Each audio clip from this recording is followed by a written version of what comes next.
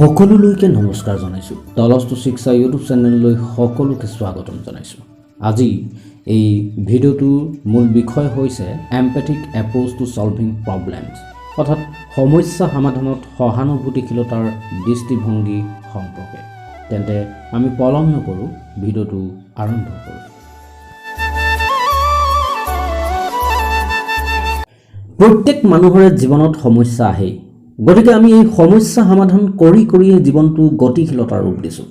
কোনোবা এজনে যদি তেওঁৰ দুখ যন্ত্ৰণাটো তোমাৰ আগত প্ৰকাশ কৰে আৰু তাকে শুনি তোমাৰ তেওঁলৈ দৰদ উপজিছে, গতিকে সেয়া হৈছে সহানুভূতি।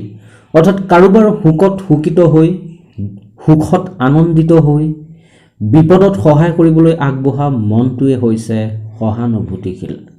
এই সহানুভূতিশীলতাৰ লগত জড়িত হৈ আছে বহুবিলাক দিশ, আৰু সেই দিশবিলাক মই তালিকাৰ সহায়ত দেখাবলৈ চেষ্টা কৰিছোঁ।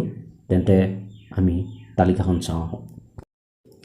সহানুভূতিশীলতাৰ লগত তিনিটা কথা জড়িত হৈ থাকে। প্ৰথমটো হৈছে আৱেগ অৰ্থাৎ ইম'চন, দ্বিতীয়টো হৈছে অনুভূতি অৰ্থাৎ ফিলিংছ, আৰু তৃতীয়টো হৈছে বুজা পৰা আণ্ডাৰষ্টেণ্ডিং।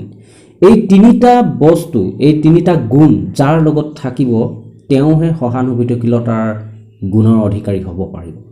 আৰু এই তিনিটা বস্তুক প্ৰতিনিধিত্ব কৰে দৃষ্টিয়ে। দৃষ্টি মানে হৈছে ভিজন, অৰ্থাৎ যাৰ দ্বাৰা ধাৰণাৰ জন্ম হয়, আৰু এই দৃষ্টি অন্তৰ্জগতৰ লগত জড়িত। দৃষ্টিৰ লগত দুটা কথা প্ৰতিনিধিত্ব হৈ আছে, এটা হৈছে কল্পনা শক্তি আৰু এটা হৈছে বুদ্ধিমত্তাৰ প্ৰখৰ। কল্পনা শক্তি আৰু বুদ্ধিমত্তাৰ প্ৰখৰৰ বাবেহে দৃষ্টি সম্ভৱ হয়। এই দৃষ্টিৰ পৰা এক ধাৰণাৰ জন্ম হয়। কি ধাৰণা জন্ম হয়? ব্যক্তিত্বৰ বিষয়ে ধাৰণা জন্ম হয়। অৰ্থাৎ ব্যক্তিজনৰ থটছ, ফিলিংছ, বিহেভিয়াৰ এইবিলাকৰ সম্পৰ্কে দৃষ্টিয়ে তথ্য যোগায়। ব্যৱহাৰৰ বিষয়ে, আচৰণৰ বিষয়ে, কেনেকুৱা আচৰণ তেখেতৰ, বিহেভিয়াৰ কেনেকুৱা, আকাংক্ষাৰ বিষয়ে, এস্পাইৰেশ্যন, এম্বিশ্যন কেনেকুৱা, তেওঁ কি আশা কৰে, কি হেঁপাহ কৰে, কি স্পৃহা লৈ তেওঁ জীয়াই আছে, কি হাবিয়াস কৰে, এই তেনেকুৱা ধৰণৰ কথাবিলাক দৃষ্টিয়ে প্ৰতিনিধিত্ব কৰে। এই গোটেইকেইটা কথা আমি চাবলৈ হ'লে বা পৰ্যবেক্ষণ কৰিবলৈ হ'লে প্ৰথমতে দৰকাৰ হ'ব নিৰীক্ষক হ'ব পাৰিব লাগিব, ধৈৰ্যশীল হ'ব পাৰিব লাগিব, আত্মীয়তাবোধ থাকিব লাগিব, আৰু তেখেতৰ যিটো স্বাৰ্থ জড়িত থাকিব লাগিব। আৰু এই গোটেইকেইটা বস্তুৰ লগত নিৰীক্ষক, ধৈৰ্যশীল, আত্মীয়তাবোধ, স্বাৰ্থ ইয়াৰ লগত জড়িত হৈ আছে সেই মানৱতা নামৰ যিটো গুণ, সেই গুণটো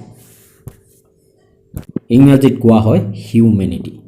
কোৱা হয় যে মানুহ যিমানেই শিক্ষিত নহওক, তেওঁ যদি মানৱীয়তাবোধ নাথাকে তেন্তে তেওঁক শিক্ষিত বুলি ক'ব নোৱাৰে। গতিকে আমাক মানৱীয়তা গুণটো খুবেই প্ৰয়োজনীয়। যাৰ মানৱতা গুণ থাকিব তাৰ সহানুভূতিশীল গুণটো অবভিয়াছলি থাকিব। তেন্তে আপোনালোকে এই ভিডিঅ'টোৰ জৰিয়তে নিশ্চয় কথাকেইটা বুজি পাইছে। তেন্তে আজিলৈ ভিডিঅ'টো ইমানতে সামৰণি মাৰিছোঁ। ধন্যবাদ।